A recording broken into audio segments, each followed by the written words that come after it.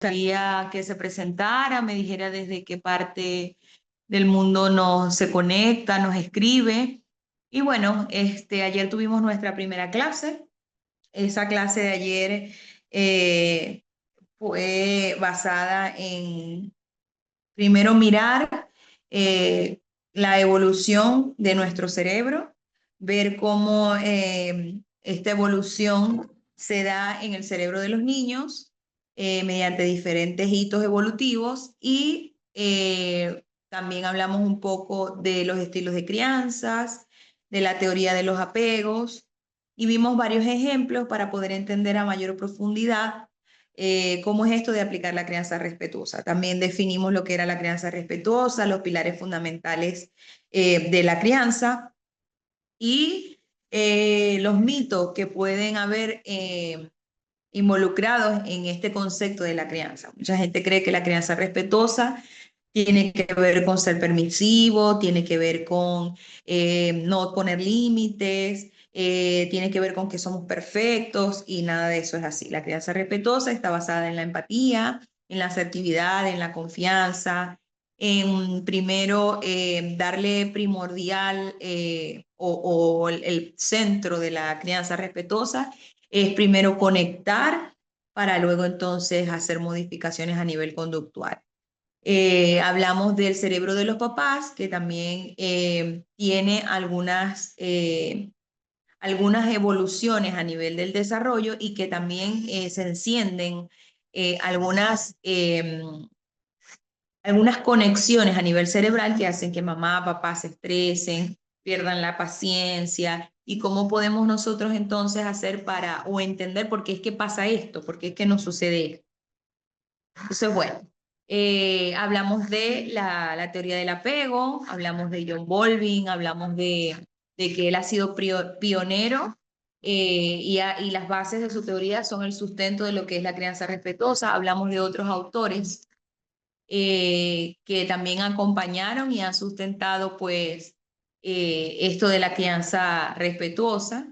Les dije que en el material pues que preparé para ustedes hay mucha bibliografía, muchos libros, muchas investigaciones que les va a permitir mirar un poco más a profundidad todo esto de lo que venimos hablando. Hablamos de los apegos, hablamos de que hay un apego seguro, que es como el que realmente deberíamos tener todos, pero también hablamos de que nosotros pasamos por diferentes tipos de apego. Está el apego evitativo, está el apego ansioso y está el apego desorganizado. Y vimos cómo desde cada apego hay una voz interna que el niño se dice, pero también hay conductas que se reflejan y que nos pueden decir, bueno, esto es un apego evitativo, esto es un apego desorganizado. Y así pues nos fuimos paseando ayer en la clase en todas estas teorías. Los ejemplos nos ayudaron a simplificar un poco, a entender un poco mejor de lo que estábamos hablando. Y bueno, la participación de ustedes que siempre es muy, muy importante y muy valiosa, porque bueno, el hecho de que ustedes puedan participar en este proceso hace más enriquecedor la clase, porque no es simplemente yo hablar y hablar y hablar, sino que ustedes también puedan participar y hablar de sus experiencias, porque esto es un aprender a aprender. Aprendo yo, aprenden ustedes, y además que bueno, agradecerles porque muchos se permiten contar parte de su historia, de cosas que les suceden a ustedes, y que bueno, es sumamente importante. No realmente no hablamos de Montessori, pero también Montessori forma parte de esto de la crianza respetuosa. Hablamos de John Bowlby, que es quien creó las teorías del apego, hablamos de sus libros, hablamos de sus principios, hablamos el día de ayer. De todas maneras, aquellas personas que no pudieron participar en la clase del día de ayer, esas clases quedan grabadas y ustedes pueden tener acceso a ellas para ponerse al día. Hoy pues vamos en acompañar niños, adultos y adolescentes. Soy especialista en sexualidad, en parejas, en duelo y tengo muchos años acompañando organizaciones humanitarias a formar a las comunidades, a padres, madres y cuidadores sobre lo que es la crianza respetuosa. Entonces, bueno, es un tema realmente que me apasiona, es un tema que también vivo y que experimento desde mi hogar, para que así poder impartirlo y llevarlo a otras personas, pues sea más maravilloso, ¿no? Porque yo también lo vivo, yo también lo experimento y sé que muchas veces la crianza suele ser difícil. Ayer hablábamos de los elementos de esta crianza respetuosa, pero hoy quisiera también decirles que la crianza respetuosa tiene una particularidad, bueno, la crianza en general, no la crianza respetuosa, ¿no? La crianza tiene un elemento muy importante y es el elemento de que la crianza es muy solitaria. Y cuando yo hablo de que la crianza es muy solitaria es que podemos tener muchas personas a nuestro alrededor, pero en esos momentos de picos críticos estamos solas, por ejemplo, cuando cambiamos el pañal, cuando el niño en la madrugada no se quiere dormir, cuando el niño hace cualquier travesura. En esos momentos en donde realmente necesitamos estar acompañados, la crianza se vuelve muy solitaria. La otra particularidad que tenemos los padres es que nos cuesta de alguna manera pedir ayuda, poder decir, mira, en este momento no me siento capacitada o no me siento apta para poder acompañarte o para poder acompañar a mi hijo en este proceso de la regulación y necesito que me ayudes. Entonces, esa también es una dificultad que tenemos los padres, ¿no? El hecho de poder pedir ayuda, poder decirle al otro, mira, acompáñame en este proceso. Entonces, bueno, todos estos módulos han sido planificados para que ustedes puedan primero gestionarse ustedes mismos, mirarse internamente, evaluarse, vivir algunas experiencias para después poder llegar al último módulo, que es el módulo de acompañamiento. O sea, ¿qué hago yo ahora que sé toda esta información? ¿Qué hago yo ahora que experimenté todo esto del proceso de la crianza? ¿Qué hago yo con esta información? Entonces, realmente me da un gusto tenerlos el día de hoy, en la clase de hoy, recordándoles que tenemos clase hoy y ya volvemos a tener clases el lunes que viene. Y que bueno, la invitación es a que puedan certificarse, a que puedan tener su certificado, a que puedan tener un aval de que realmente participaron en este proceso. Si hay alguna persona que está ingresando por primera vez, me encantaría que se presentara, dijera su nombre, de qué país nos está escribiendo, cuál es la intención que la llevó a realizar esta formación, que dijo, cónchale, esto lo quiero hacer, porque bueno, no sé, yo soy mamá o porque simplemente yo estoy en una profesión donde puedo brindarles a otros este tipo de información. Entonces, bueno, si hay alguien que va recién llegando, bienvenido, preséntese para que nos podamos conocer. La dinámica es la siguiente, ustedes pueden pedir levantar su manito, yo les doy acceso al micrófono o simplemente podemos interactuar a través del chat. Cualquiera de las dos opciones es factible, porque entiendo que, bueno, hay personas que de repente les da miedo exponerse a la cámara, pero tienen más facilidad escribiéndolo, entonces cualquiera de las dos opciones es válida. Lo importante es que puedan estar aquí, que puedan participar, que puedan conectarse y que puedan obtener toda esta información. Y que ustedes también puedan, la intención realmente de yo querer dar esta formación, primero es que mi aprendizaje o todo lo que he aprendido no se quede en mí, sino que ustedes puedan reproducir esta información y que en el lugar en donde ustedes estén, el pedacito que les tocó, puedan hacer un cambio, sembrar esa semilla y que, bueno, esa semilla se multiplique, se multiplique, se multiplique y luego seamos muchos haciendo el cambio. Entonces, bueno, eso va a ser la diferencia. Con que una persona cambie, ya eso tenemos ganado el cielo. Y si no cambia, pero solamente escucha, también eso nos ayuda. Entonces, bueno, bienvenidos a todos. Vamos a iniciar la clase de hoy. Bueno, hoy vamos a hablar de la comunicación no violenta. Y bueno, esta comunicación no violenta fue creada por Max Bertrand o Rosenberg. Fue un psicólogo clínico que también fue educador y fue mediador estadounidense reconocido mundialmente por crear el modelo de la comunicación no violenta. Si en algún momento se pierde la conexión, porque en estos días he tenido algunas fluctuaciones a nivel del internet, me gustaría que me lo hicieran saber porque yo comienzo a hablar y hablar y hablar y hablar y de repente no me doy cuenta si me están escuchando, si se está escuchando entrecortado. Entonces, bueno, si en algún momento sucede algo así, pues me encantaría que me lo pudieran decir. ¿Qué es la comunicación no violenta? Como su nombre le dice, es tener una comunicación asertiva, empática y es un estilo de vida. Él tiene varios libros reconocidos. Tiene este libro Comunicación no violenta, un lenguaje de vida. que es un libro, es uno de los más conocidos que tiene y está traducido en muchísimos idiomas. Realmente dentro del material bibliográfico que les entregué no está un libro de él, pero bueno, si alguno tiene algún libro de él, pues sería maravilloso que lo pudiera compartir. Lo tengo en físico, no lo tengo en digital. También tenemos el libro El sorprendente propósito de la rabia, es un libro que sacó en el 2014 y analiza cómo transformar la ira en conexión. Y luego tenemos este libro que me fascina, que es el libro Educar a los niños desde el corazón, que aquí él aplica su modelo de la comunicación no verbal en la crianza.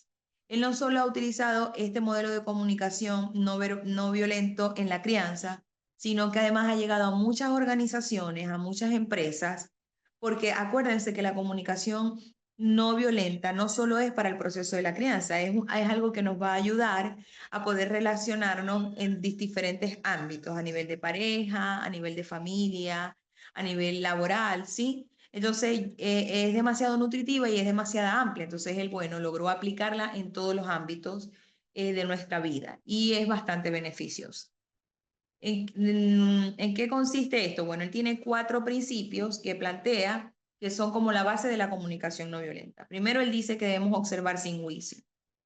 ¿Qué es observar sin juicio? Es estar callados, es simplemente estar en silencio y observar. Observar cada detalle, cada forma en la que se dicen las palabras, los gestos, las posturas, el contexto, o sea, todo lo que está relacionado a lo que implica la observación.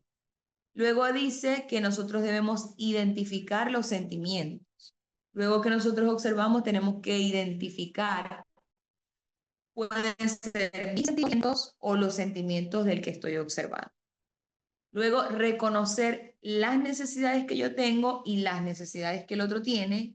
Y luego hacer peticiones claras y realizables. En eso se basa la comunicación no violenta. Yo aquí les traigo un ejemplo para que ustedes puedan como entenderlo un poco más. A mí me gusta mucho traer ejemplos porque de esa manera ustedes pueden como visualizarlo lo que mamá está haciendo. Sí, mamá observó que los platos llevan días allí en el fregadero y que nadie los lava, ¿verdad? Luego mamá dice, me siento abrumada. Entonces allí estamos identificando los sentimientos. ¿Quién está identificando los sentimientos? ¿Quién está utilizando la comunicación no violenta? Porque necesito colaboración para mantener el espacio agradable. Luego allí estoy reconociendo la necesidad que tengo. Y luego realizo una petición clara y realizable. ¿Podrías lavar antes de las 8 p.m.? Esa sería la petición. ¿Qué les parece este tipo de comunicación? ¿Habían escuchado hablar de ella? ¿Conocían de esta comunicación no verbal? ¿Les parece que es de esta comunicación no violenta? ¿Les parece que es una comunicación fácil, accesible, que se puede realizar? Me gustaría mucho leerlos. Voy a darle unos minutos para que puedan leer todo lo que está en la diapositiva y además puedan darme respuesta a esto, ¿no? Bueno, me encantaría leerlas. ¿Qué piensan acerca de esta comunicación? ¿Ya habían oído hablar de ella? Es una comunicación muy, muy buena, fácil, sencilla. Se dan cuenta que estos 4 principios no son principios que pudiéramos decir, wow, no creo que yo pueda lograrlo, son muy difíciles, muy complejos. Al contrario, son principios que son fáciles. Aquí dice Juan López. Dice, muy interesante. ¿Cómo podría aplicarse un ejemplo similar con un niño pequeño, por ejemplo, de 3 años? ¿Sería posible? Claro, claro que sí sería posible, porque miren que la fórmula es muy sencilla. Primero es la observación. ¿Recuerdan que cuando son niños muy pequeños, bueno, no, recuerden que cuando son niños muy pequeños, mientras menos palabras es mejor. A veces queremos como llenar de mucho texto o de mucha información lo que queremos transmitir. Entonces, cuando los niños son muy pequeños, la observación debe ser un poco más corta. La identificación de los sentimientos es la identificación de los sentimientos. Me siento triste, me siento emocionada, me siento alegre. Es algo muy corto. Y pedir la colaboración. O sea, de repente si el niño no quiere guardar su juguete después que jugó, estaba jugando Y es una cosa que le sucede a los niños pequeños, que después que sacan todos sus juguetes y todo está desbordado por todos lados, no quieren guardar el juguete, ¿no? Entonces, una cosa que podemos hacer, déjeme ahí cerrar, una cosa que nosotros podemos hacer es primero dar la petición, como que veo que todos los juguetes están regados, luego después que tú juegas, ¿verdad? Siempre esto hay que hacerlo agachándonos y poniéndolos a la altura del niño, siempre. Y a mí siempre me gusta introducir al final de toda la verbalización, a mí me gusta decirle al niño que si entendió lo que le acabo de decir y si puede, por favor, decirme que entendió, como para cerciorarme de que la información está llegando de manera correcta.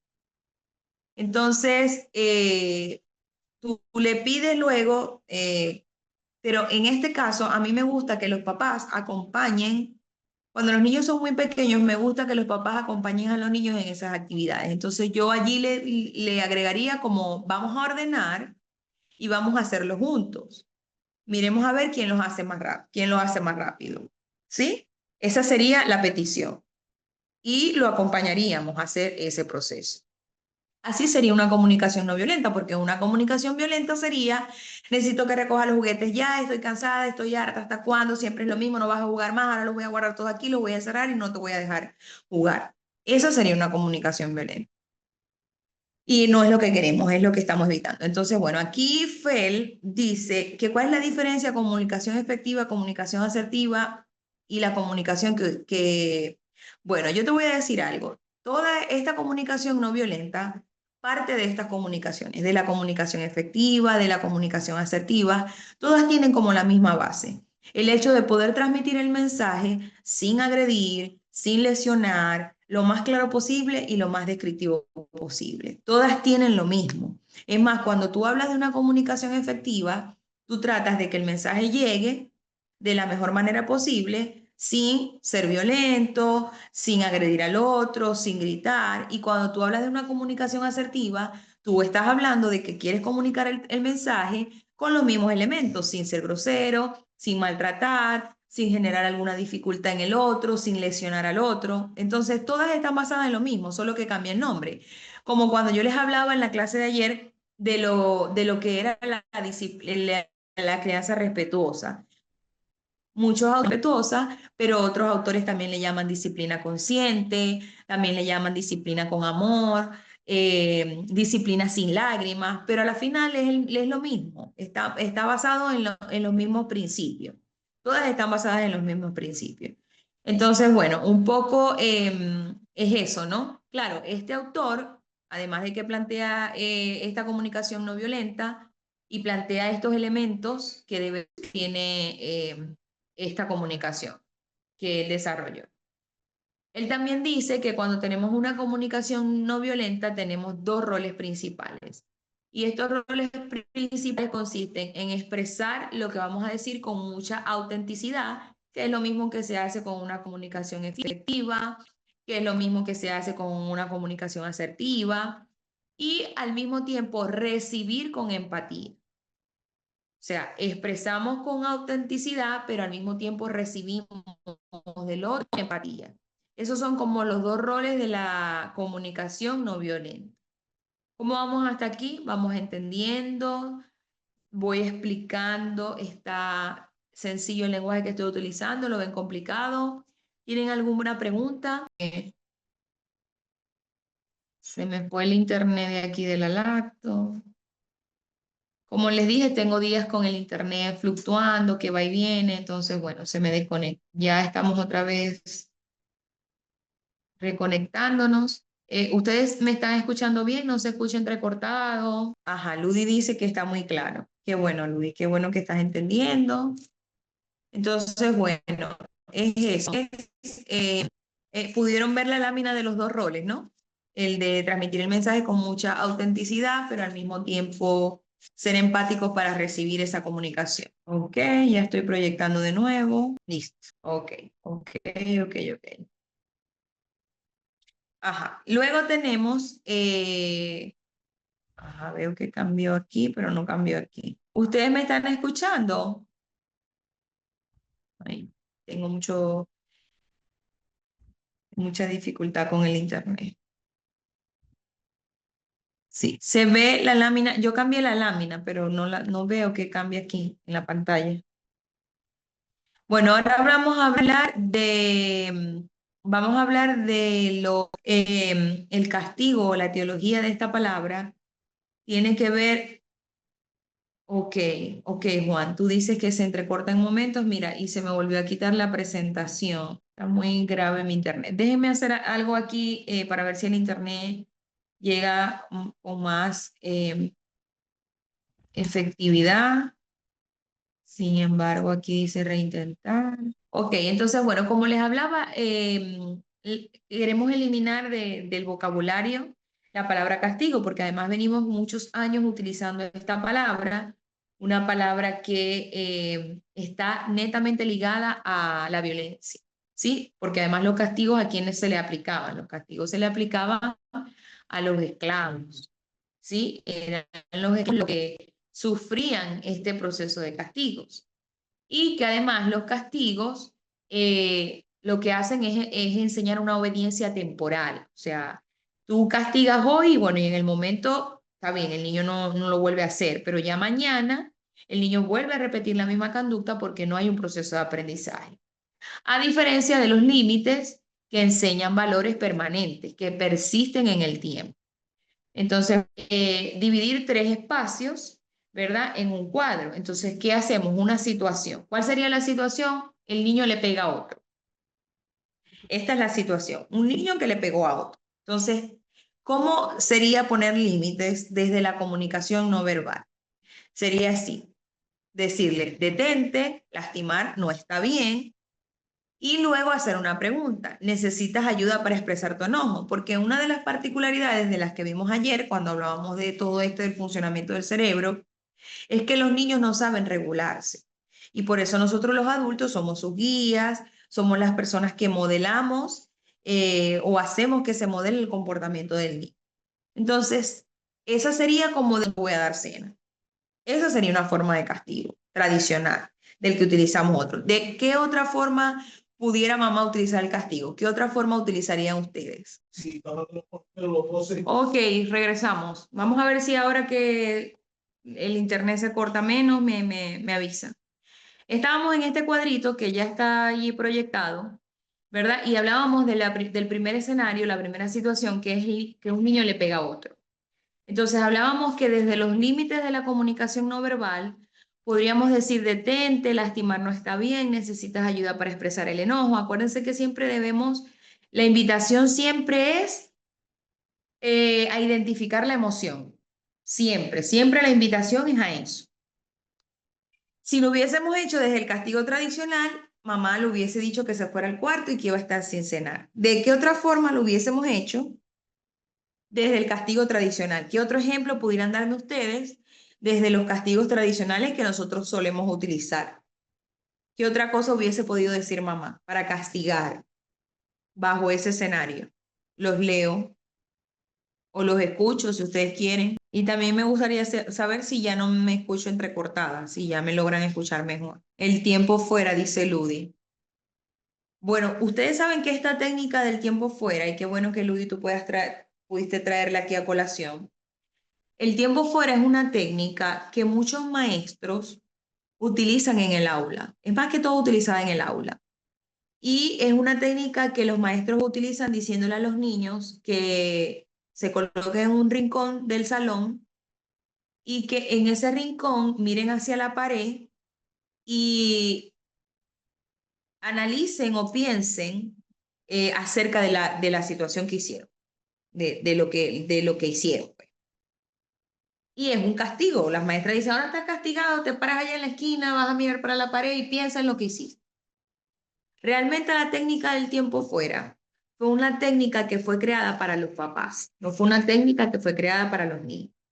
Fue una técnica para que mamá y papá pudieran pedir como el pase a otro familiar y decirle, mira, en este momento no necesito un tiempo fuera para respirar, para pensar, para conectarme, para reflexionar, pero no como una forma de castigo, no como, porque realmente poner a mirar a la pared a un niño y decirle que reflexione sobre lo que le sucedió o sobre lo que hizo, no va a hacer nada. Realmente el niño no se va a parar en una esquina a reflexionar, eso no va a suceder. El niño se va a entretener con otra cosa y el fin o el objetivo que quería la maestra no se va a dar. Eso es así. Entonces, bueno, luego tenemos otra situación de un adolescente que llega tarde. Entonces, bueno, el castigo desde los límites de la comunicación no violenta sería hablar de por qué es importante llegar temprano a casa, un poco para entender las normas que ya se establecieron según anteriormente, y cómo podemos hacer para que esta situación no se vuelva a repetir.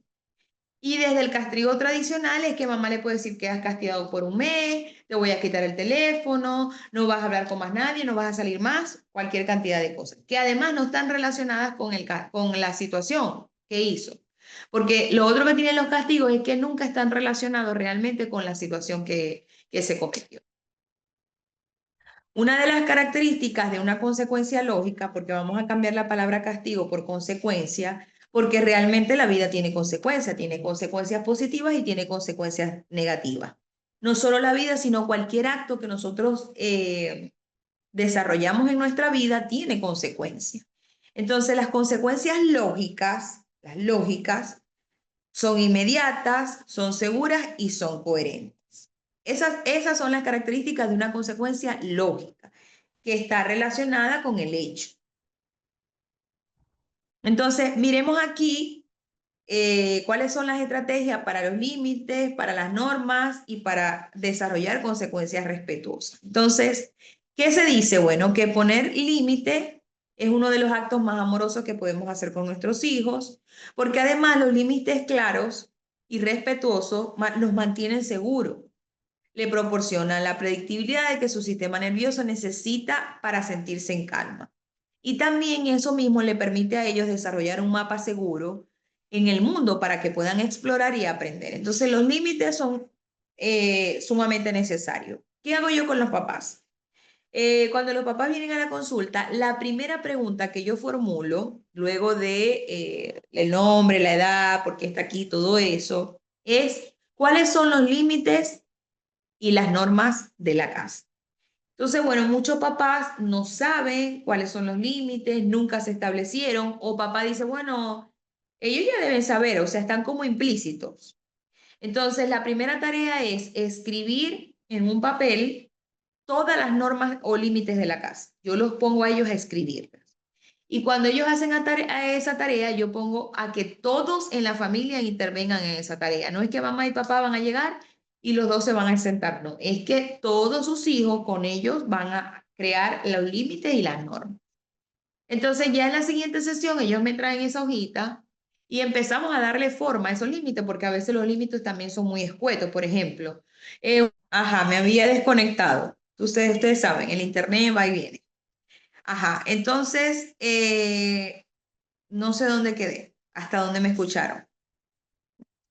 Eh, ok, entonces, cuando yo le pido a los papás que hagan estas normas, yo le digo a ellos que las escriban, pues, y que las traigan a la consulta porque yo necesito saber qué tan descriptivos están siendo ellos con esto de las normas. Porque a veces los papás escriben una de las normas, portarse bien. Portarse bien no me dice nada a mí y no le dice nada al niño.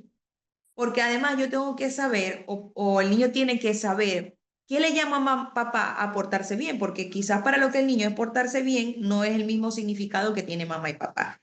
Entonces yo debo ser muy explícita en esas normas, muy descriptivas. Entonces yo lo que hago a los papás es acompañarlos en el proceso de la construcción de estas normas, que son sumamente importantes y que además después de escribirlas y establecerlas, lo que hacemos es pasarla a una lámina de papel bond, le llamamos aquí en Venezuela, no sé en otros países, es una hoja blanca grandísima, y entonces allí lo que hacemos es que las escribimos y las pegamos en un lugar visible de la casa. Acompañado de eso, yo le digo a los papás que estas normas deben ser repetidas al levantarnos y al acostarnos.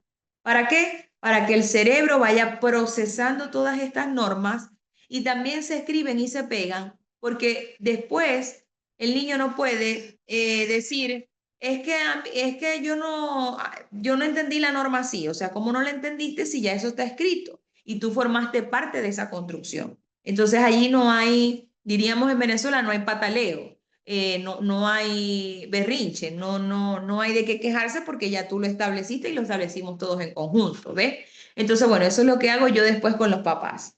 Establecer las normas, las escribimos y luego las pegamos y en la mañana y en la tarde las recordamos para que los niños vayan teniendo ese hábito en el cerebro. ¿Alguno de ustedes tiene en casa pegadas las normas en algún lugar visible? ¿O ha realizado las normas de esta manera o simplemente las verbaliza y ya? Cuéntenme, ¿qué hacen ustedes con las normas, con los límites? Ajá, los escucho, cuéntenme, los leo. ¿Alguno de ustedes visualiza las normas así como se las estoy diciendo yo o ustedes tienen otra forma de hacerlo, otra estrategia? Ah, mira lo que dice Karen. Yo tengo una especie de imágenes, normas de cortesía. Eso sí. Lo podemos acompañar también con imágenes, porque también quiero recordarles que todos los niños aprenden de manera distinta. Entonces, bueno, hay niños que aprenden de repente con la escucha, hay otros niños que aprenden visualizando la imagen de la norma que tienen que hacer. Entonces, bueno, eso también habría que mirarlo, pero me parece maravilloso. Mira, tú tienes imagen de cepillarse, de no brincar en los muebles, ser amable, pedir gracias, o sea, me encanta, me encanta. Sí, las normas siempre tienen que estar escritas, siempre, y siempre tienen que ser visualizadas. Qué bueno, Karen, qué bueno que lo estás haciendo así y esa es una forma efectiva de hacer. Ahora bien, la clave de todo esto es diferenciar entre lo que es la disciplina, que significa enseñar, eso es la disciplina, y el castigo, que significa causar dolor. Eso es lo que hace un castigo. Yo te castigo para que tú sientas lo que yo estoy experimentando o para que tú sientas dolor. Además, el castigo, de lo que hablábamos ayer, activa la planta baja del cerebro. ¿Y qué hay en esa planta baja? Miedo, vergüenza, rebeldía, rabia, ira, huida, ¿sí? Mientras que hacerlo de una manera respetuosa activa y construye la planta alta, que está encargada de la responsabilidad, de la resolución de problemas y de la empatía. Entonces, realmente tiene muchos, muchos beneficios. Aquí dice Rob, yo evito el portarse bien y les digo lo que es portarse bien, muy bien, porque tenemos que hablar es de lo que se debe hacer y de cómo se debe hacer. Pero lo de las imágenes es súper positivo. Lo he hecho en escuelas con niños de 3 años y funciona muy bien. Sí, señor, lo de las imágenes es como el plus que tú puedes agregarle a eso. Pero me encanta cómo lo estás haciendo, Rob. Es así. Ok. Aquí tenemos una estrategia para establecer normas y límites de manera eficaz. Entonces, ¿en qué consiste esta estrategia? Esta estrategia consiste en conectar antes de corregir. Entonces, un niño no puede escuchar ni aprender si su cerebro está en modo de secuestro. ¿Se acuerdan que ayer les dije que cuando estamos en la planta baja hay un secuestro de la amígdala? Entonces, antes de darle, o yo también le digo un secuestro emocional. Entonces, antes de dar la instrucción o recordar el límite, lo primero que tenemos que hacer es conectar con la emoción. Entonces, aquí les traigo un ejemplo. Un niño no quiere irse de la fiesta. Ustedes saben que cuando ya la fiesta está terminando y nosotros decidimos irnos, el niño empieza, no, que no me quiero ir, que no quiero que se acabe, que me quiero queda otro poquito, que no sé qué, y empiezan a hacer resistencia. Entonces, en lugar de hacer la corrección primero, que es lo que nosotros siempre solemos hacer como papás, como que nos tenemos que ir, que hasta cuándo, que yo te lo dije, que no sé qué, ¿verdad? O decir ya es suficiente, nos vamos ahora mismo, siempre es lo mismo contigo, debemos probar con la conexión primero. Entonces me arrodillo a su nivel y le digo, veo que te estás divirtiendo muchísimo con tus amigos.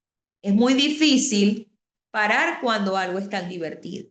¿Sí? Le hago ver que yo estoy observando todo el contexto y que además estoy identificando cómo se está sintiendo. Y decirle verdad es una forma de que él pueda sentir y decirte, sí, es así, estoy entendiendo lo que me estás diciendo. Entonces acompañamos eso con un te entiendo. Hacemos una pausa, dejamos que él se sienta comprendido y luego decimos, ahora es el momento de irnos a casa, podemos cantar nuestra canción favorita en el coche, porque siempre hay que dar otra opción. O sea, te estoy quitando esto, pero te estoy dando otra opción que también puede hacerte sentir bien y que puede hacer que el camino sea agradable. ¿Qué tal esta estrategia? ¿Qué les parece? Luego tenemos la estrategia número 2, que está basada en pocas normas, claras y además positivas. Entonces, ¿por qué? Porque a veces queremos llenar a nuestros niños de un exceso de reglas que abruman y que además son imposibles de recordar. Por eso yo le digo a los papás, cuando tú empiezas a decirle, sin escribirlas, un montón de normas, cuando el niño comete algún error, te va a decir, no, pero es que yo entendí de esta manera, no, pero es que yo escuché de esta manera. Tú no puedes ahí refutarle porque es tu palabra contra la de él. Eso no quedó escrito en ningún lugar, no está sentado en ningún lugar. Y si no está sentado en ningún lugar, yo puedo hacer mi interpretación de lo que escuché y tú puedes hacer la interpretación de lo que dijiste, pues. Entonces, hay que elegir las batallas importantes. ¿Cuáles son las batallas importantes? La salud, la seguridad y los valores familiares. Además, el cerebro procesa mejor el sí se puede hacer que el no se debe hacer. Es más, al cerebro le cuesta mucho identificar o entender la palabra no. Entonces, un ejemplo de cómo son las normas en la casa es en lugar de decir no gritar, no correr, no pegarle al perro, probamos diciendo habla con un tono de voz más bajo dentro de la casa, caminamos para estar seguros, somos amables con nuestras mascotas. Entonces ahí le estamos diciendo a nuestros niños lo que sí se puede hacer, lo que se debe hacer, no lo que no, sino explicarle que creo que era lo que decía aquí mi amiga Ross, creo que era lo que ella decía, ¿no? No, Karen. No, ya va. Rox decía, evito decirle portarse bien y le digo lo que es portarse bien. O sea, es decir, la acción realmente de lo que se puede hacer y lo que se debe hacer. Era lo que decía Rox, así tal cual. Luego tenemos la estrategia número 3, que consiste en involucrarnos en la creación de las normas, que era lo que yo les decía, eso yo lo hago con los papás. Y me gusta que en ese proceso se involucren los niños. Entonces, cuando los niños participan en la creación de las reglas, se sienten más motivados a cumplirlas, porque yo participé en eso, formé parte de esa decisión, ¿sí? Esto le permite a los niños también desarrollar su autonomía y a desarrollar la corteza prefrontal, que yo les dije que ya termina de desarrollarse a los 23 años. Entonces, un ejemplo para poner normas, por ejemplo, con el uso de las pantallas, es en vez de imponer, ¿sí? Entonces, decir, solo puedes ver televisión de 3 minutos al día y punto. O sea, terrible, ¿no? Es una imposición. Prueba diciendo, vamos a decidir todos juntos cómo vamos a usar las pantallas en la casa. Porque otra cosa que yo le digo a los papás cuando vienen aquí a la consulta es que yo les digo, mira, bueno, tú viniste porque tienes situaciones con tu hijo, tienes conflictos, chévere, pero tú estás preparado para hacer modificaciones en ti. O sea, porque las primeras modificaciones son las tuyas. Entonces, cuando empezamos a poner las normas, yo le digo, estas normas no son porque tu hijo se porta mal o no son para tu hijo, estas normas son para todas las personas que habitan en la casa, porque a la final todos somos un modelaje, todos somos un ejemplo. Entonces, miren cómo aquí planteamos en que vamos a decidir juntos cómo vamos a usar las pantallas en casa para que sea justo y divertido para todos. Y eso incluye a mamá y a papá. Entonces luego hacemos preguntas como más directivas hacia la persona. ¿Cuánto crees que es un tiempo razonable? ¿En qué momento del día? ¿Qué haremos cuando se acabe el tiempo? Sí, porque también hay que pensar que aunque coloquemos un tiempo, puede pasar y tenemos que tener todas las bases cubiertas, que el niño diga, ay, pero yo quiero 5 minutos más, ay, pero yo quiero 10 minutos más, ay, pero qué horrible, estoy molesto. O sea, va a haber una resistencia al cambio. Y tengo que estar preparado para esa resistencia al cambio y tengo que hacerle ver también al niño que va a haber una resistencia al cambio. Entonces, esos acuerdos deben escribirse y deben pegarse en un lugar visible. A mí me gusta mucho con los adolescentes utilizar un contrato. Entonces, ese contrato lo construimos aquí y es un contrato, por ejemplo, yo, claro, ahorita los papás suelen darle un teléfono a los niños pequeños, ¿sí? Yo no estoy muy de acuerdo con eso, pienso que a partir de los 13 años es como una buena edad para darle un teléfono a un adolescente, pero bueno, también las escuelas ahora, todos los niños tienen teléfono, la presión social, toda esta situación, bueno, los papás caemos en esa situación.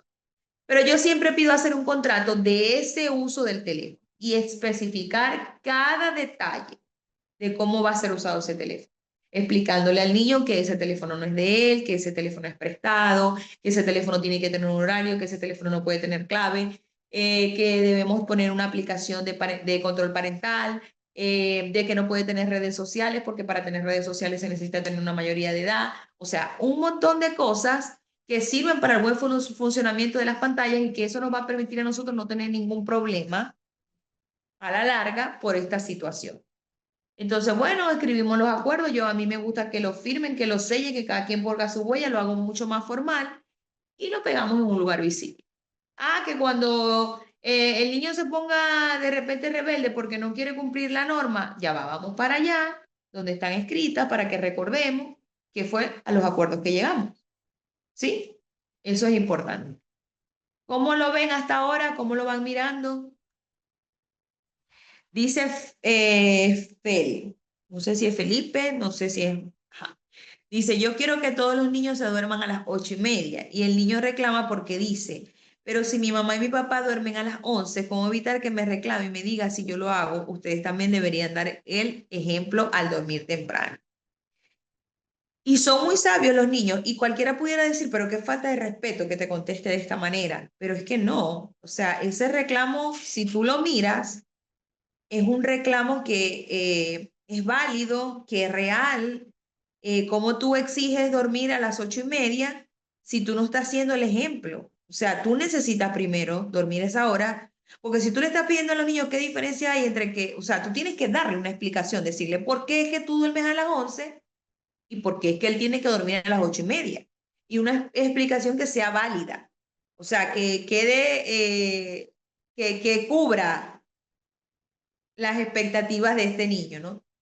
Entonces tú tienes que explicarle, mira, de repente mamá y papá dormimos a las 11 porque mamá y papá tenemos que arreglar el cuarto, recoger la ropa, lavar, no sé qué, hacer actividades que son de adultos y que ameritan que nosotros tengamos que durar un tiempo mucho más largo para poder dormirnos.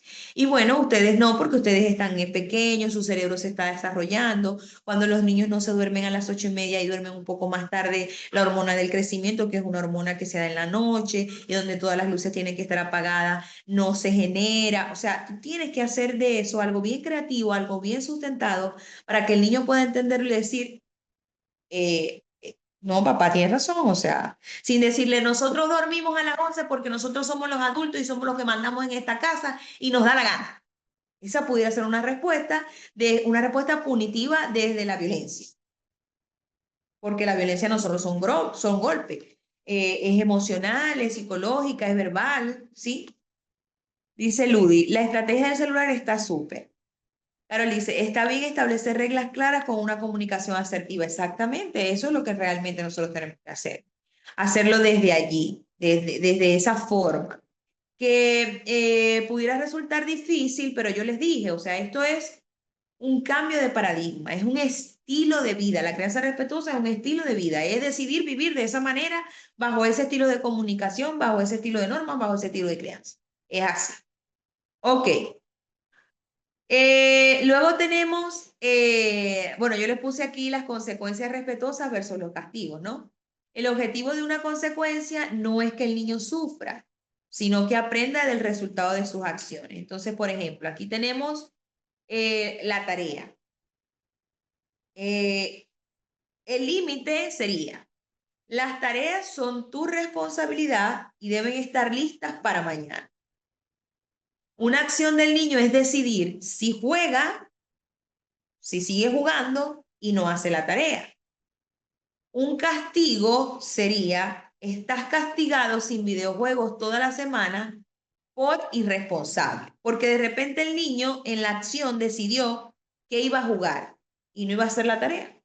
Como nosotros lo pusimos a escoger, él dijo, bueno, yo voy a jugar. Entonces, un castigo sería, estás castigado sin videojuego toda la semana por irresponsable, pues porque no llevaste la tarea, porque te quedaste jugando. Pero si nosotros lo hacemos desde una consecuencia natural, que está más basada en permitir que ocurran cosas y el castigo está más basado en evitar, entonces nosotros pudiéramos decirle al día siguiente, tendrás que explicarle a tu maestra por qué no cumpliste. Claro, va a ocurrir una sensación de vergüenza, la nota baja es la consecuencia directa de su elección. ¿Cuál es tu rol aquí? Apoyar y decirle, creo que debió ser incómodo decirle eso a la maestra, tener esta nota baja, y luego formular una pregunta a la acción. ¿Qué vamos a hacer o qué va a pasar o cómo va a suceder? Entonces una pregunta pudiera ser, ¿qué crees que puede hacerse diferente la próxima vez para que no te vuelva a pasar? ¿A qué invita esa pregunta? A que el niño pueda reflexionar. Si tenemos un niño con conductas muy disruptivas, puede pasar que el niño diga, ni me importa, ni vergüenza me da decirle a la maestra. Eso también puede pasar. Eso también puede pasar. Pero eso puede pasar cuando yo llevo ya largos periodos de tiempo viviendo con esta conducta disruptiva de mi niño, no aplicando una crianza respetuosa, sino una crianza punitiva, que me ha llevado a que el niño tenga estas conductas y que el niño no le importe realmente vivir un momento de vergüenza. Entonces ya si yo identifico niños de esta manera y crianzas de esta manera, yo debo derivarlos a un especialista, porque ahí hay un problema mucho más grande, que tiene muchas raíces y que nosotros no vamos a poder sanar como asesores de la crianza porque se necesita de un especialista, ¿sí? Necesita el especialista mirar como muchas cosas que envuelven esta conducta del niño. Ok, aquí tenemos otro ejemplo sumamente importante y es el abrigo. De repente hace frío afuera, pero él no se quiere poner el abrigo, porque no se lo quiere poner. Entonces, la acción del niño es eso, negarse rotundamente a ponerse el abrigo. ¿Cómo sería una consecuencia natural? Las consecuencias naturales son esas consecuencias que se dan porque están basadas en el ambiente, en el entorno, en el contexto. Entonces, yo puedo permitir y permitirle al niño vivir la experiencia de no irse con el abrigo, a menos que de repente el frío sea demasiado fuerte y esto vaya a atentar contra la vida del niño. Entonces yo ahí no le permito, ¿no? O sea, busco la manera de hacer conexión con el abrigo. Entonces aquí podemos decirle que no se va a poner el abrigo, pero que debe llevarlo en su mano. Y que cuando él sienta frío, porque lo va a sentir, porque si ya nosotros lo sentimos y sabemos que hace frío, él se lo puede colocar en los minutos y entonces él va a entender y va a decir, o sea, va a dejar de ser una lucha, vamos a dejar de pelear con él, ¿sí? Entonces, al final nosotros podemos acompañar la acción de veo que tiene frío, aquí está tu abrigo por si lo necesita. Pero nosotros los papás complicamos las cosas y empezamos los berrinches desde el principio. Entonces, si el niño no se quiere poner el abrigo, empezamos a decirle sí, que te lo tienes que poner porque yo soy tu mamá, yo soy la que manda, y si no te lo pones no vamos a salir, no vamos a ir a ningún lugar, aquí no vamos a quedar encerrados y todo un arsenal de cosas que decir. Entonces, no hay que luchar. Simplemente dejamos que el día experimente la experiencia, llevamos el abrigo y cuando él tenga frío, lo ofrecemos. Y listo. Eso es todo. Ok. Luego tenemos las consecuencias lógicas, porque están las consecuencias naturales y están las consecuencias lógicas. Cuando las consecuencias naturales no son seguras o no se pueden aplicar, como por ejemplo este ejemplo del frío, usamos las consecuencias lógicas. Y para que éstas sean efectivas deben cumplir 3 reglas de oro. Deben estar relacionadas, deben ser respetuosas y deben ser razonables. Esas son las 3 reglas de oro que deben estar inmersas en las reglas, las consecuencias lógicas. Entonces, aquí tenemos un escenario para que ustedes puedan visualizar bien lo que es una consecuencia lógica. Entonces tenemos, hay desorden de los juguetes. Entonces, ¿cómo sería una norma? Una norma sería guardar los juguetes con los que terminamos, cuando terminemos de jugar. Esa sería la norma. ¿Cuál sería la acción del niño? Negarse a recoger los bloques de construcción que dejó por toda la sala. Decir, no, yo no voy a recoger nada, yo no voy a guardar nada, no quiero, no quiero. Pudiéramos utilizar un castigo, que no, un castigo que además no está relacionado y tampoco es respetuoso. Entonces le pudiéramos decir, pues ahora te quedas sin postre esta noche. Entonces la pregunta es, ¿qué tiene que ver el postre con los juguetes? Nada, porque los castigos nunca están relacionados con lo que está sucediendo. ¿Cuál sería una consecuencia lógica? Que sí es relacionada, que sí es respetuosa y que sí es razonable. Entiendo que ahora no te apetezca recoger. Estoy validando la emoción que está experimentando la persona. Los juguetes que se quedan en el suelo no pueden ser usados porque es peligroso. Los recogeré yo y los guardaré en la caja de descanso. Podrás volver a usarlo en 2 días, cuando recordemos juntos la importancia de cuidar. Miren, eso a simple vista pudiera parecer un castigo, pero estoy invitando a la reflexión y estoy ocupando un lugar, la caja de descanso, que previamente yo debía haber explicado en qué consistía la caja de descanso. Bueno, la caja de descanso es donde van los juguetes cuando no los recogemos. Y en esta caja de descanso los juguetes pueden dar 2, 3 días, 4 días, hasta que yo pueda entender que los juguetes hay que recogerlos y hay que cuidar. Entonces, ¿cuál es el análisis aquí? La consecuencia está relacionada, porque tiene que ver con los juguetes que no se guardaron y tiene que ver con los juguetes que no están disponibles. Es respetuosa porque no tuvimos que gritar ni culpar a nadie.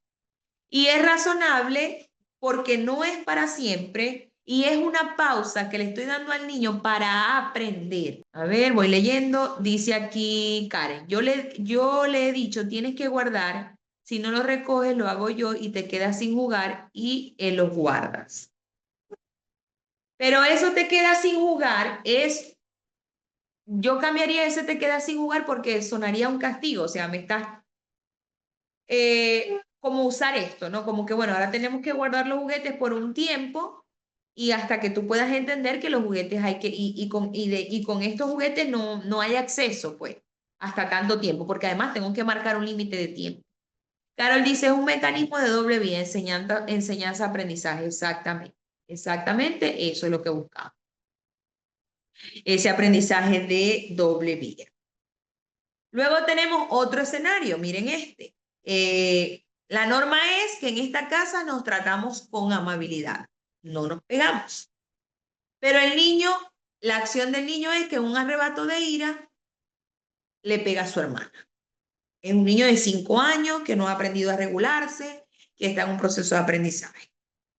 Entonces, un castigo, porque además los castigos están basados siempre en algo, este está basado en la culpa. Entonces yo le digo, eres un niño malo, a tu cuarto ahora mismo a pensar en lo que hiciste. En su cuarto, él no va a pensar, no va a pensar. Pueden pasar 2 cosas. Se pone más bravo y se siente solo, o se entretiene con otra cosa en el cuarto y se le olvida lo que hizo. ¿Cuál sería la consecuencia lógica? Que está enfocada en reparar y aprender, priorizando la seguridad. Entonces yo digo, alto, veo que estás muy enfadado, pero no voy a dejar que pegues. ¿Sí? Al mismo tiempo atiendo a la víctima y le pregunto, María, ¿estás bien? Te voy a cuidar. Esto le enseña al niño que somos empáticos. Y luego corregulo al agresor. Entonces le digo, cuando estés más calmado, cuando él esté más calmado, cuando él esté más sereno, entonces le digo, Estaba furioso porque tu hermana agarró tu coche. Es muy frustrante cuando pasa eso. Y luego aplicamos la consecuencia de reparación. Pegar hace daño. Tu hermana está llorando. ¿Qué podemos hacer para ayudarla a sentirse mejor? Quizás podemos traerle hielo o su peluche favorito. ¿Qué estamos buscando con todo esto? ¿Qué estamos buscando con todo esto? Que la consecuencia sea reparadora por el daño que se causó. Y que además podamos enseñarle a nuestro hijo empatía y responsabilidad, tratando de conectar o de construir activamente conexiones con su planta alta. Aquí dice, ajá, le voy leyendo. Dice Juan López, yo he tenido un poco de problema, pero he logrado que mi niño guarde sus cosas. Él es autista y lo que he hecho es que lo siento en mis piernas y canto una canción de guardar. Tomo su manita y le ayudo con los primeros juguetes y ya después él guarda. Pero por lo general me toca que ir detrás de él. Le explico que guardamos para que no se pierdan o no se quiebren y que así los puede volver a usar después. Excelente, Juan, lo que estás haciendo. Buenísima. Tú pudieras sentir en algún punto, cónchale, pero siempre lo tengo que hacer así. Pero mira, con los niños neurodivergentes es importante la repetición de esto. El hacerlo conectar con una canción es una estrategia buenísima. El que tú le ayudes con tus manos a recoger es buenísimo para la conexión. Que bueno, quizás a veces te funciona y a veces no te funciona. La crianza es así. Hay días en las que las técnicas funcionan y hay días que no. Y suele pasar con niños que no son neurodivergentes, que de repente yo tengo 3 hijos y lo que me funciona con uno no me funciona con el otro. Entonces de repente con este uso una canción, pero con el otro no puedo usar una canción porque a él no le funciona con la canción. Entonces miren los matices que tiene la crianza, los posibles conflictos que también tiene la crianza y todo lo que nosotros tenemos que hacer como padres para lograr ser lo más efectivos posible en ese proceso. Luego tenemos aquí el escenario número 3. Gracias, Juan, por compartir tu experiencia con tu hijo. Muy bonita. En la clase del lunes vamos a hablar de cómo llevar la crianza respetuosa con niños con autismo, con niños con TDAH, con familias reconstituidas, con familias de inmigración, ¿sí? Vamos a hablar de eso también. Entonces, este escenario, la norma es disfrutemos de la cena en familia sin pantallas en la mesa. Una norma que debería estar acordada previamente. Entonces aquí la acción del adolescente es sacar el teléfono y empieza a chatear durante la cena. Un castigo que está basado en ser arbitrario y a desconectar, es decir, le dame ese teléfono, está sin él todo el fin de semana.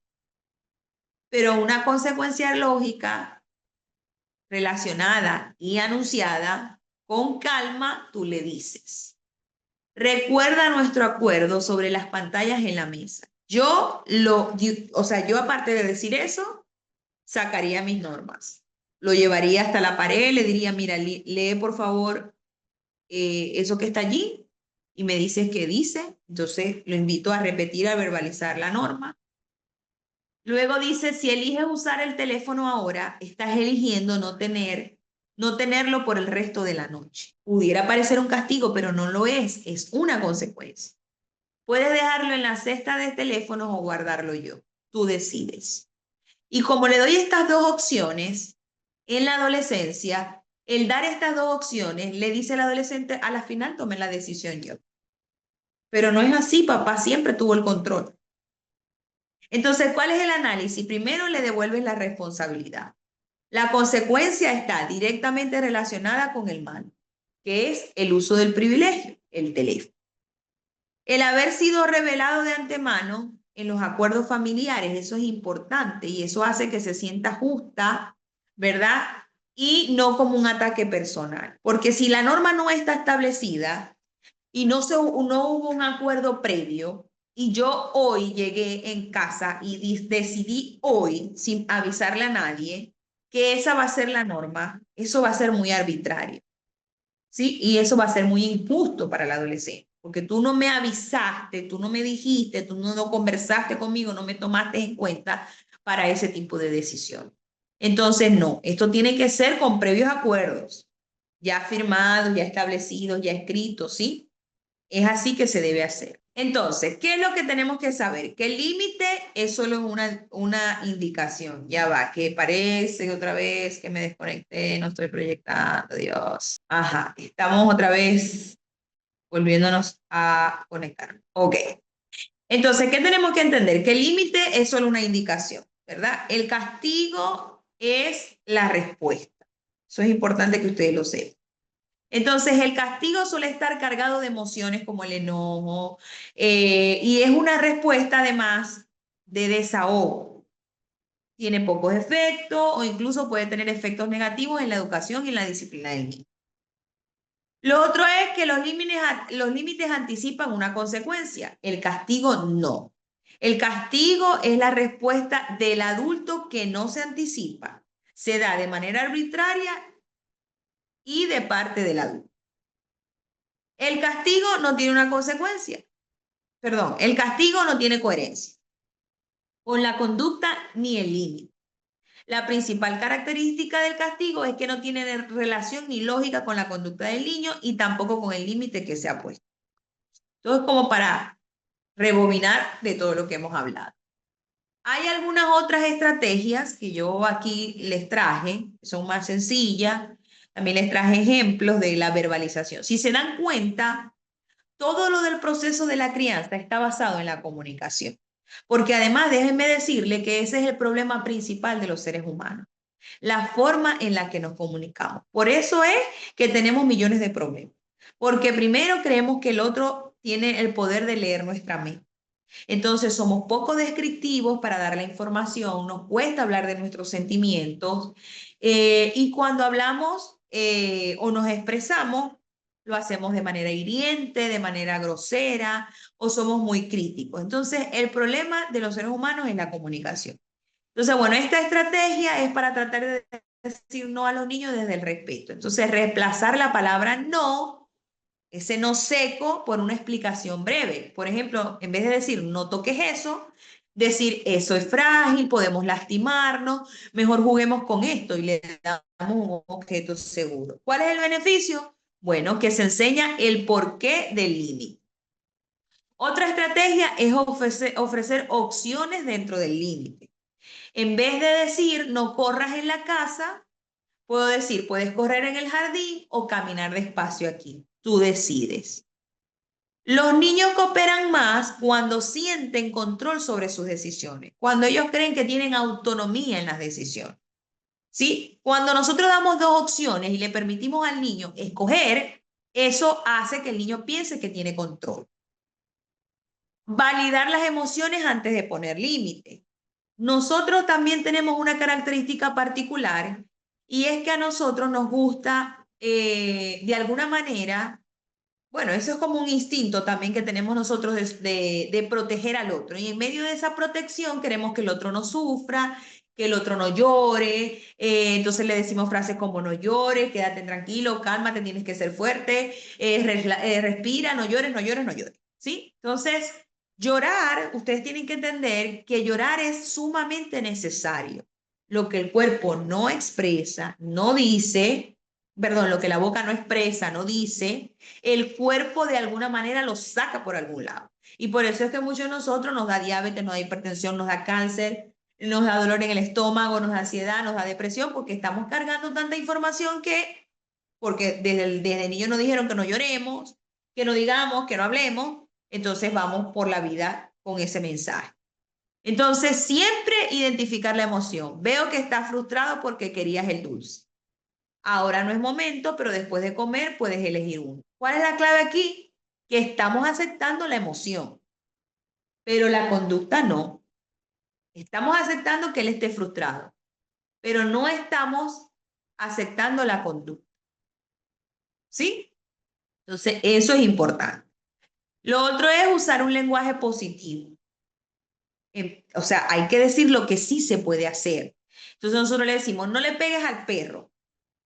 Entonces le explicamos, al perro le gusta que lo acaricie suave y le mostramos así, mira, de esta forma le acariciamos. Cuando los niños están pequeños, hay algunos que suelen tener esta conducta de pegar, de morder a otros niños. Una manera de enseñarles a que esa conducta no es la apropiada es decirle, mira, a tu amiguita Mariana le gusta que tú la acaricies, entonces le tomamos la mano, le pasamos la mano a Mariana, o que la abraces, ¿sí? Entonces, ¿qué efectos tiene esto a nivel cerebral? Que se procesan mejor las instrucciones afirmativas. Luego tenemos ser consistente. Evita ceder por cansancio. Eso también es una característica que tenemos los papás. Y es que, por ejemplo, si estamos hablando con otro adulto y tenemos al niño, mamá, préstame el teléfono, mamá, préstame el teléfono, mamá, préstame el teléfono, mamá, y nos jalan y se nos arreguindan de la pierna, nosotros agarramos y le decimos, ay, sí, toma, ya, toma el teléfono. Y le damos el teléfono. ¿Para qué? Para que deje de llorar, para que deje de hacer la pataleta y también para que nos deje a nosotros hablar con el adulto con el que estamos hablando. Entonces, eh, ¿cómo podemos explicar esto? Por ejemplo, si el niño se quiere comer un dulce antes de cenar, nosotros mantenemos el límite. Utilizamos un tono de voz calmado, pero firme, porque además la crianza tiene que ser como el bambú, fuerte, pero flexible a la vez. Entonces, ¿qué puedo decir yo? Entiendo que quieras el chocolate, pero la regla es cenar primero. Y listo. Y san se acabó. ¿Sí? De esa manera lo hacemos. Porque además una de las cosas de la crianza respetuosa es no hablar tanto, no repetir tanto. Ustedes saben que los papás suelen decir, ve, mira que te voy a pegar, mira que te voy a pegar, mira que te voy a pegar, y repiten eso 10 veces hasta llegar a lo último, que ya la paila está a punto de desbordar, y justo cuando ya pegan es porque están desbordados. O al final dicen mucho eso y no lo cumplen. Entonces el niño está desorganizado en la crianza, no entiendo. Eso mi mamá me dice así, pero nunca lo va a hacer. Explicar consecuencias naturales en vez de amenaza. Entonces, tenemos un ejemplo aquí. Si no te pones el abrigo, te vas a enfermar. La amenaza es que se va a enfermar. Entonces, es mejor decir, hace frío, si no usas abrigo, sentirás más frío. ¿Quieres llevarlo o ponértelo después? Entonces, le damos opciones. Usar el humor o creatividad para desviar. Entonces, aquí decimos, no grites. O sea, utilizamos, aquí, esta me encanta porque es hablar como robot. Entonces empezamos a hablar un poquito más bajito, hablamos como robot.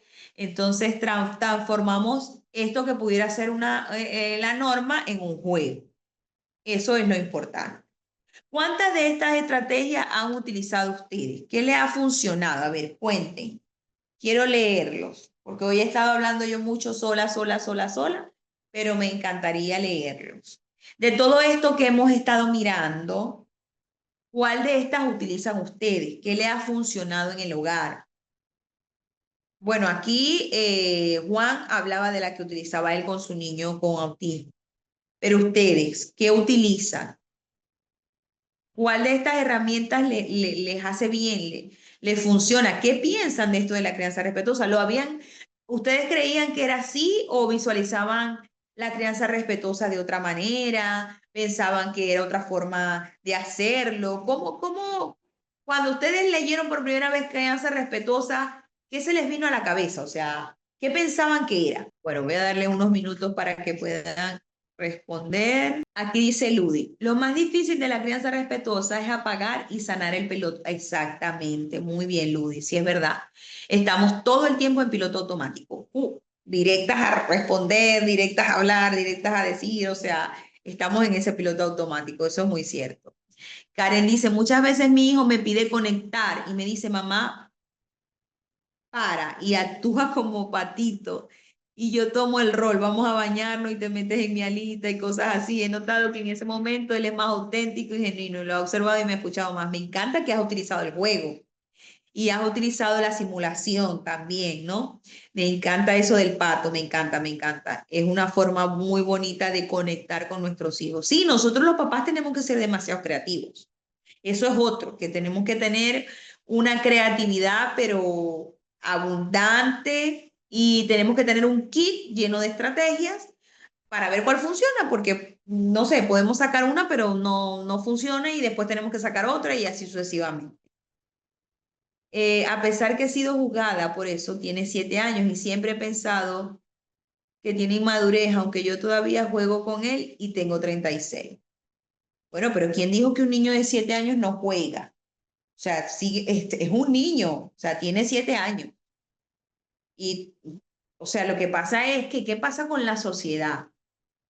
Que o sea, la evolución de los niños de ahora ha sido como muy, están expuestos a demasiadas cosas. Entonces, de repente, cuando uno está criando el de uno, como con los pilares fundamentales, como con esto de la crianza respetuosa, y uno empieza a hacer comparaciones con otros niños, nuestros niños quedan como unos inmaduros, nuestros niños quedan como que, o sea, no parece un niño de esta época, ¿sí? Cuando están siendo criados con los valores principales, con las crianzas respetuosas, son vistos como niños extraños. Por ejemplo, eso me pasa a mí mucho. La gente suele tener comentarios como que, no, es que las hijas de ella son así porque ella es psicóloga. Sí, pero yo también soy humana. Yo también soy un ser humano y muchas veces me equivoco. Y no es que yo utilice la crianza respetuosa desde que yo las tuve, no. O sea, yo tuve que aprender en este proceso, tuve que probar, porque además yo venía con la crianza que mi mamá me había dado, que había sido una crianza autoritaria, punitiva. Y yo en el camino, después de mis procesos terapéuticos, de mirarme, de analizarme, de interiorizar, dije, ya va, ¿qué es lo que quiero hacer yo? ¿Quiero repetir los mismos patrones o quiero cambiar este estilo de crianza? Y a partir de ese momento yo empecé a hacer este proceso. Y bueno, en algunos aspectos hemos tenido resultados, en otros no, porque también los niños son imperfectos, y no solo están moldeados por lo que nosotros le decimos que se debe hacer o por el ejemplo que nosotros les damos. Acuérdense que la crianza implica también lo que está en el exterior, lo que ellos ven en la escuela, con las maestras, con sus compañeritos, con las mamás de sus compañeritos. Entonces todo eso influye también, ¿no? Y a veces uno quiere hacerlo como de la mejor manera, pero hay estímulos externos que nos perjudican un poco el trabajo. Entonces, bueno, es compleja toda esta situación. Es de verdad que es muy complejo esto de la crianza. Pero yo aprendí mucho a pedir ayuda, a decirle a mi esposo, mira, en este momento no puedo, necesito espacio, estoy desbordada, siento que ya no puedo más, y a que él pudiera también tomar el control. Pero entiendo también que hay mamás que están llevando la crianza de solteras y que a veces no tienen como a quién pedirle ayuda, pero siempre, siempre, siempre debemos tener una red de apoyo. Esa red que nos acompañe en este proceso de la crianza y que esto sea más llevadero y mucho más fácil. La red de apoyo no pueden ser nuestros hijos, porque a veces también los papás queremos, si tenemos un hijo mayor, queremos que éste asuma ser la red de apoyo, y esta red de apoyo es como que hazte cargo de tu hermanito, tienes que bañarlos, tienes que darle la comida, ¿no? Y eso no es ninguna red de apoyo. Ellos no están para criar ni para acompañar en ese proceso, porque esa no es su función ni es el objetivo. ¿Sí? Los hijos no pueden ser esa red de apoyo para eso, para eso. Entonces, bueno, como se dan cuenta, la crianza tiene demasiados matices, tiene muchísima tela que cortar, hay muchísimo que leer, hay muchísimo que estudiar, muchísimo en qué prepararnos, y por eso yo los felicito de que hoy se hayan unido a este proceso de formación, para mirarse un poco, ¿no? Para verse, para ver qué se puede hacer. Entonces, otra de las técnicas sería modelar el comportamiento que esperas. Entonces, en vez de decir no me grites, pero tú lo dices gritando, entonces el mensaje es como distorsionado. ¿Qué locura es esta? O sea, ella me está diciendo que no grite, pero me está gritando. Y lo otro es que la alternativa sea cuando hablas fuerte, no entiendo, hablemos bajito, y cuando tú des este mensaje, lo hagas en un tono de voz suave. Porque además, otra de las cosas que acompaña la comunicación son los gestos. Entonces, es todo un trabajo, ¿vieron? Es todo un trabajo de lenguaje, de gestos. Ay, Dios mío, es todo un conjunto de cosas que hay que practicar, que hay que practicar. Y cuando los niños tienen una rabieta, ¿se acuerdan de las cuatro características de la comunicación no violenta que planteaba Rosenberg? Entonces aquí hay un ejemplo, la observación, veo que golpeas el piso, el sentimiento, me imagino que estás muy enojado, entonces ahí damos validación. La necesidad, quieres seguir jugando, ¿cierto? Identificamos el motivo por el que está teniendo la pataleta. Y la petición, ¿te ayuda a respirar o prefieres un abrazo? Entonces, está comprobado científicamente y hay muchas investigaciones, a mí me gustó mucho una de UNICEF, que tener esta comunicación no verbal reduce conflictos en un 40%. Y además le permite desarrollar la empatía infantil, porque los niños que están expuestos a una comunicación no violenta muestran 2 veces más conductas prosociales, conductas que le permiten hacer conexión y relacionarse con otros. Entonces, sí tiene muchos beneficios. Aquí tenemos otro ejemplo aquí me gustaría que ustedes me dieran la respuesta. Tienen 4 opciones, A, B, C y D. Entonces el ejemplo es, el berrinche en el supermercado. Estás en la caja del supermercado con tu hijo de 4 años. Él ve unos chocolates y te pide uno. Le dices con calma que no, porque ya casi es hora de cenar. Tu hijo se tira en el suelo, grita y llora desconsoladamente. Varias personas te miran. Entonces, aquí están las opciones. Comprarle el chocolate para que se calle, amenazar con un castigo, agacharte a validar su emoción o de ignorarlo. Los leo. ¿Cuál sería la respuesta que ustedes implementarían en esta situación? Después de todo lo que hemos hablado. Ajá. Ah, no, dice Fernanda. La C, ok. Ajá, la opción C, dice Fernanda. Ok. Marlene dice, buenas noches, bendiciones, bienvenida Marlene. ¿Cuál sería la opción que ustedes utilizarían? Somos 24 personas en este chat. A ver, ¿qué opción?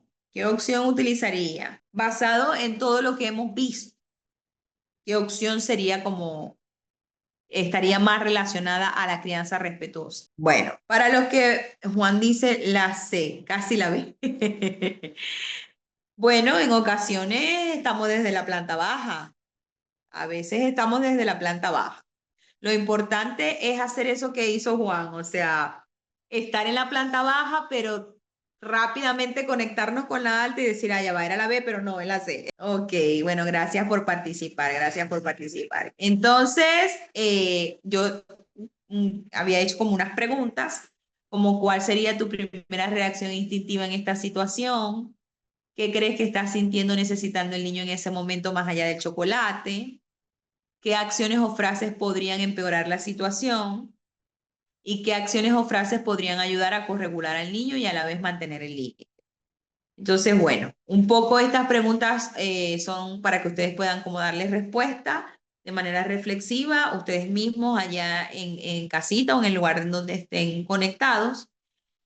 Son preguntas importantes que nos permiten mirar desde una forma interior qué se puede hacer. Y aquí tenemos otro ejemplo. Es la hora de ordenar, le pides a tu hijo de 7 años que recoja los juguetes del suelo de su habitación, te responde con un no quiero, qué fastidio, hazlo tú. Entonces, ¿cómo te hace sentir esa respuesta? Bueno, yo diría que esa respuesta me hace sentir muy mal, porque siento que no me está colaborando, ¿sí? ¿Qué te provocaría decirle? Bueno, de una crianza real, decirle que me tiene que ayudar porque ella tiene que colaborar, ¿sí? Desde una crianza, desde el autoritarismo.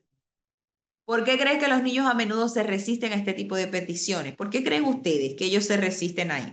A ver, me gustaría leer. ¿Qué diferencia hay entre imponer y colaborar? ¿Y cómo podríamos reformular la petición para aumentar las probabilidades de cooperación? Entonces, cuéntenme, los leo. Pueden darle respuesta a cualquiera de esas preguntas, no necesariamente a todas. Pero les recuerdo que imponer no trae ningún beneficio, que yo tengo que hacer una formulación del diálogo desde la colaboración. Por ejemplo, esto que hacía Juan, que ayuda a su hijo con una canción, le ayuda con la mano a recoger. También había otra que había colocado un caso ahí o había dicho que ella también ayudaba a su niña a recoger, y cómo podríamos, o sea, quizás decirles la hora de ordenar no es como la forma más asertiva o empática, sino más bien decirle, mira, te recuerda que hay unas normas y en las normas colocamos que ya esta es la hora de ordenar, cómo puedo hacer, cómo puedo ayudarte o cómo puedo colaborar para que ordenemos en conjunto. Sí, es como hacerlo más ameno. Ajá, mira, buenísimo, Marlene, me encanta esto. Ven, vamos a recoger para que nos quede tiempo para salir al parque y a otra parte. Muy, muy bueno. Me parece así, excepcional, excepcional. Y pues tenemos este caso, dice, quizás se puede resistir por querer hacer otra actividad, como ya no le llama la atención, no quiere recorrer exactamente. Nubia dice, considero en cualquier situación es importante la empatía y empoderar el rol de autoridad con respeto. Exactamente. Bueno, aquí tenemos otro ejemplo que, bueno, ahí lo tienen para que ustedes puedan también reflexionar. Este tiene que ver con las pantallas, que ahorita es una situación que está muy, muy, muy presente en las familias. Las pantallas nos han robado momentos, nos han robado personas.